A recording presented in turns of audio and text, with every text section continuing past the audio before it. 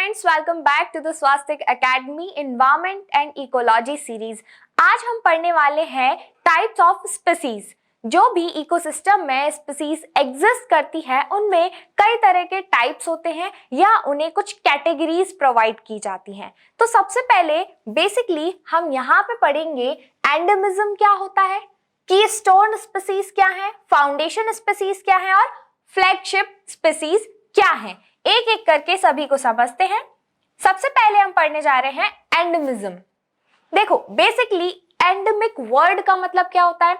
Endemic यानी कि जो किसी जगह का नेटिव हो।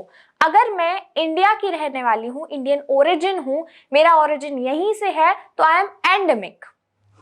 लेकिन अगर कोई स्पीसीज बाहर से आके यहाँ पे रहती है, फलती फूलती है, तो उसे हम एंडेमिक नहीं कहेंगे। तो यहाँ पे एंडेमिक का मतलब है कि जो स्पीसीज पर्टिकुलरली नेटिव है किसी पर्टिकुलर इकोसिस्टम में, किसी पर्टिकुलर रीजन में। There are more than 2 lakh species in India, of which several are confined to India. It means जितनी भी स्पीसीज इंडिया में एग्जिस्ट करती हैं, several, it means more than 2 lakh, उनमें से कई सारी स्पीसीज जो है वो इंडिया की एंडेमिक है, यानी कहीं बाहर से नहीं आई है, यहीं से उनका ओरिजिन माना जाता है।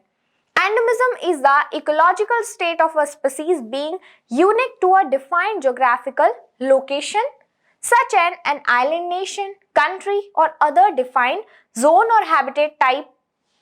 यानी कि अब यहाँ पे हम देख रहे हैं कि जो भी स्पीसीज इंडिजीनियस है किसी प्लेस पे, चाहे वो किसी एक पर्टिकुलर आइलैंड की इंडिजीनियस हो या किसी पर्टिकुलर लोकेशन की, जैसे कि हम देखते हैं Nilgiri टहर।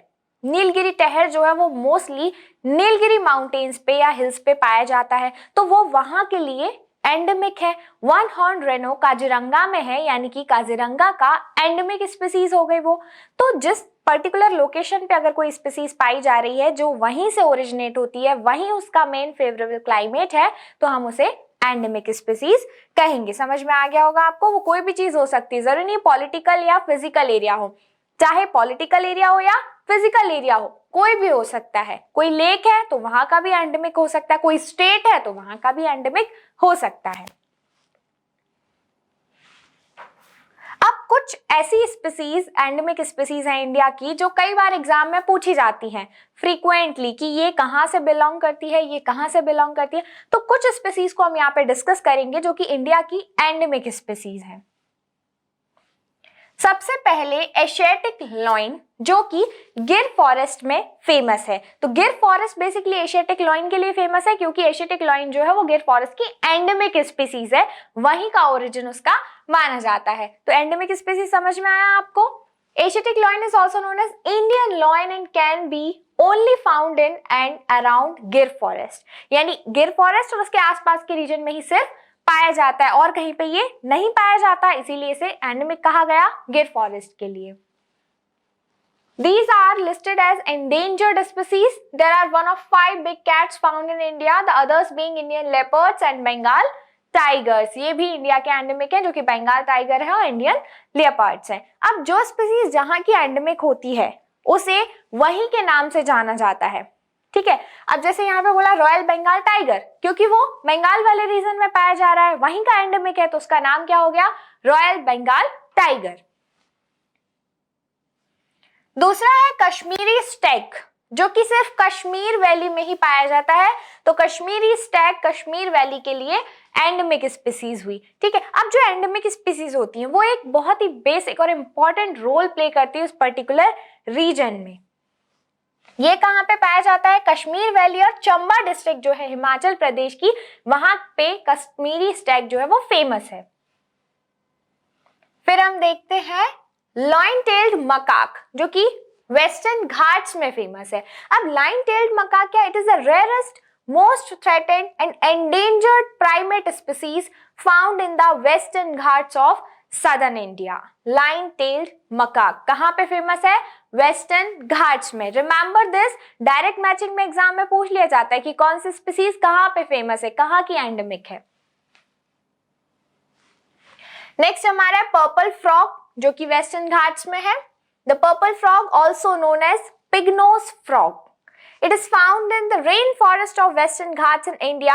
It spends most of its life underground. तो पर्पल फ्रॉग कहां पे है, वेस्टर्न घाट्स में। फिर हम देखेंगे संगाई डियर। संगाई डियर जो है वो लॉकटक लेक में पाया जाता है। लॉकटक लेक कहाँ पे है? मणिपुर में, where the only floating national park is located. तो लॉकटक लेक में है संगाई डियर। फिर देखते हैं नीलगिरी टहर। जैसे कि मैंने पहले एग्जाम्पल में समझाया था आपको, नीलगिरी टहर जो है वो नीलगिरी हिल्स में एंडेमिक है, इसीलिए वहां की एक फेमस स्पीसीज मानी जाती है। नेक्स्ट हम देख रहे हैं कुछ अदर स्पीसीज हैं जो कि एंडेमिक है इंडिया की, लाइक पिग्मी हॉक जो कि असम में फेमस है। फिर है bronzeback vine snake western Ghats में, Nilgiri blue robin Nilgiri hills में, मालाबार सिवेट वेस्टर्न घाट्स में, Anamalai gliding frog Anamalai hills में, नामदफा फ्लाइंग स्क्वेरल ये अरुणाचल प्रदेश में, नामदफा बर्ड सेंचुरी जो है वो भी अरुणाचल प्रदेश में है, इंडियन जाइंट स्क्वेरल और बोनेट मकाक ये सारी स्पीसीज जो है वो इंडिया की एंडेमिक है। नेक्स्ट हम पढ़ेंगे की स्टोन स्पीसीज क्या होती हैं। सबसे पहले मैं आपको बेसिक समझा दूं की स्टोन स्पीसीज का। देखिए, पहले हमने एक चीज पढ़ी थी, जो इकोसिस्टम होता है उसमें एक हायरार्की होती है जिसमें सबसे नीचे आते हैं प्रोड्यूसर्स, ठीक है, जिसमें ग्रीन प्लांट्स हो गए, ओके। फिर उसके बाद आते हैं प्राइमरी कंज्यूमर्स, फिर आते हैं टर्शियरी कंज्यूमर्स, सेकेंडरी कंज्यूमर्स और फिर टर्शियरी कंज्यूमर्स। तो ये एक हायरार्की होती है कि जो प्राइमरी कंज्यूमर्स है वो इन्हें कंज्यूम करेंगे, जो सेकेंडरी कंज्यूमर है वो इन्हें भी कंज्यूम कर सकते हैं और इन्हें भी, जो टर्शियरी है वो इधर भी और इधर भी। तो इस तरह से एक हायरार्की होती है। अब आप ही बताइए कि यहाँ पे जो प्राइमरी कंज्यूमर है वो किस पे डिपेंड है अपने फूड के लिए? प्रोड्यूसर्स पे। सेकेंडरी कंज्यूमर है वो किस पे डिपेंड है? प्राइमरी कंज्यूमर्स पे भी और प्रोड्यूसर्स पे भी। तो अगर ये एक दूसरे के ऊपर इंटरडिपेंडेंट है तो किसी एक स्पीसीज के खत्म होने से या अफेक्टेड होने से दूसरी स्पीसीज जो वो अपने आप ही इफेक्ट होगी कि नहीं? ऑफ कोर्स होगी। अगर हम यहाँ से प्रोड्यूसर्स को हटा दें, नहीं है प्रोड्यूसर्स, तो क्या primary consumer, secondary consumer, tertiary consumer रह पाएंगे? नहीं। क्यों? क्योंकि सेकेंडरी कंज्यूमर प्राइमरी कंज्यूमर को कंज्यूम कर लेंगे, लेकिन जब प्राइमरी कंज्यूमर के लिए फूड होगा ही नहीं तो ये कहां से सस्टेन कर पाएंगे? तो ये जो स्पीसीज होती हैं, कोई भी पर्टिकुलर स्पीसीज जो किसी दूसरी स्पीसीज को बहुत ज्यादा प्रभावित करती है, उन्हीं को हम बोलते हैं कीस्टोन स्पीसीज। कौन सी स्पीसीज? कीस्टोन स्पीसीज, जो कि एक स्पीसीज होकर कई सारी दूसरी स्पीसीज को अफेक्ट कर देती है। जैसे कि अगर मैंने बोला यहाँ पे कोई एक ऐसा टर्शियरी कंज्यूमर है, लेट्स से लाइन, अगर लाइन नहीं होगा तो काफी सारे सेकेंडरी और प्राइमरी कंज्यूमर्स जो हैं जिन्हें लॉइन कंज्यूम करता है उनकी पॉपुलेशन काफी ज्यादा बढ़ जाएगी। एक ड्रास्टिक इंक्रीमेंट हमें देखने को मिलेगा, जिसकी वजह से पूरा इकोसिस्टम जो है, इकोलॉजिकल साइकिल जो है वो डिस्टर्ब हो जाएगी। तो चाहे प्रोड्यूसर हो या कंज्यूमर हो, दोनों ही एक दूसरे पे इंटरडिपेंडेंट है पॉपुलेशन को कंट्रोल करने के लिए और इकोलॉजिकल बैलेंस को बनाए रखने के लिए। आई होप आपको समझ में आ गया होगा। तो फिर हम यहाँ पे देख लेते हैं कि जो कीस्टोन स्पीसीज होती हैं, वो वर्ड जो है सबसे पहले दिया रॉबर्ट टी पेन ने 1969 में डिफाइन किया कि कीस्टोन स्पीसीज क्या होती हैं। उसके बाद कुछ होती हैं अम्ब्रेला स्पीसीज। अम्ब्रेला स्पीसीज क्या होती हैं? कोई भी एक ऐसी स्पीसीज जिसके अंदर काफी सारी स्पीसीज डिपेंडेंट है। फॉर एग्जाम्पल एक ट्री है, अगर एक ट्री है, उस ट्री के खत्म होने से जितने भी बर्ड्स उसके अंदर रह रहे हैं, जो एनिमल्स उस पे फीड कर रहे हैं, वो सारी की सारी स्पीसीज इफेक्ट होंगी, उन सभी पे इम्पैक्ट पड़ेगा। तो वो ट्री क्या हुई? अम्ब्रेला स्पीसीज, यानी एक ऐसी स्पीसीज जिसके अंदर बहुत सारी स्पीसीज अपना शेल्टर या फूड ढूंढती हैं। यहाँ पे जो अम्ब्रेला स्पीसीज वर्ड है ये किसने दिया? विलकॉक्स ने 1984 में। दोनों में बहुत ज्यादा डिफरेंस नहीं है, लेकिन फर्क इतना है कि keystone species are usually non migratory, ये माइग्रेटरी नहीं होती, वहीं की एंडेमिक होती है। And influence a particular environment और हैबिटेट, और पर्टिकुलर एनवायरमेंट को हैबिटेट करेंगी क्योंकि माइग्रेटरी नहीं है तो जहां पे रह रही बस उसी एनवायरमेंट को, उसी इकोसिस्टम को इंपैक्ट करेंगी। लेकिन जो अम्ब्रेला स्पीसीज है वो एक लार्ज स्केल में इंपैक्ट देती है अपना, क्योंकि ये माइग्रेटरी भी हो सकती है और एक लार्ज एरिया में स्प्रेड होती है, जिनकी वजह से एक बड़े लेवल पे इकोसिस्टम पे प्रभाव देखा जाता है। Keystone species are species that plays an unique role in the way ecosystem functions. The activity of keystone species determine community structure. वहीं दूसरी तरफ umbrella species have large occupancy area, जैसे कि मैंने अभी बताया, प्लांट्स हो सकते हैं उसमें या होमो रेंज में एनिमल्स हो सकते हैं।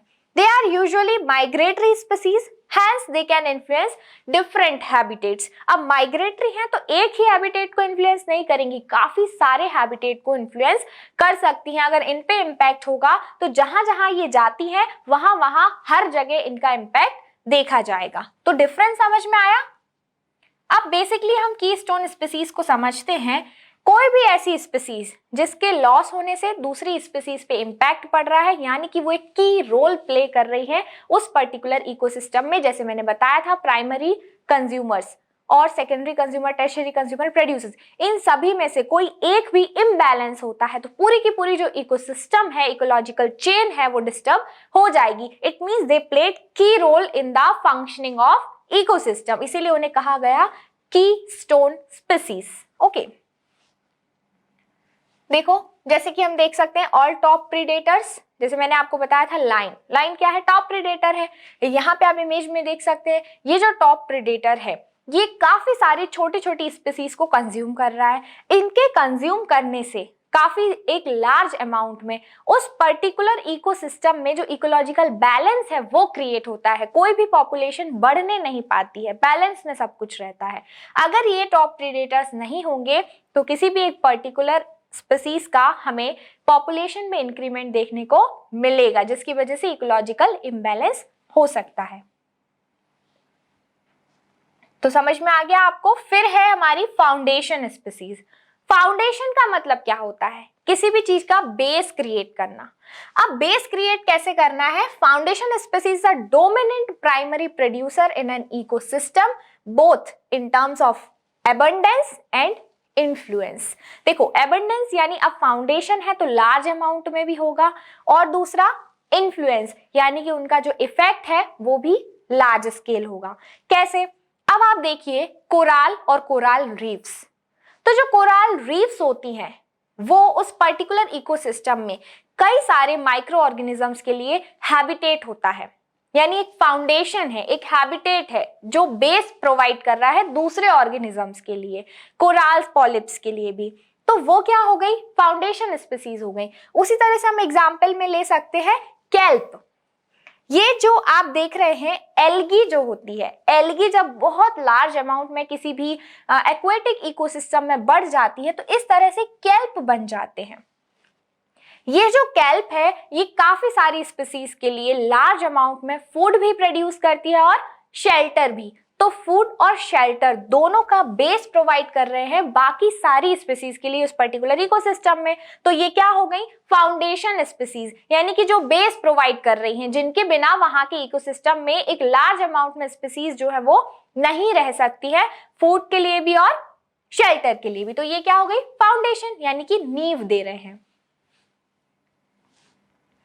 फिर है फ्लैगशिप स्पीसीज। अब फ्लैगशिप का मतलब क्या होता है? देखो गवर्नमेंट कई सारे फ्लैगशिप प्रोग्राम चलाती है, तो फ्लैगशिप प्रोग्राम या फ्लैगशिप स्पीसीज का मतलब ये होता है जब कोई एक पर्टिकुलर इंटेंशन हो, पर्टिकुलर मोटिव हो किसी चीज के लिए।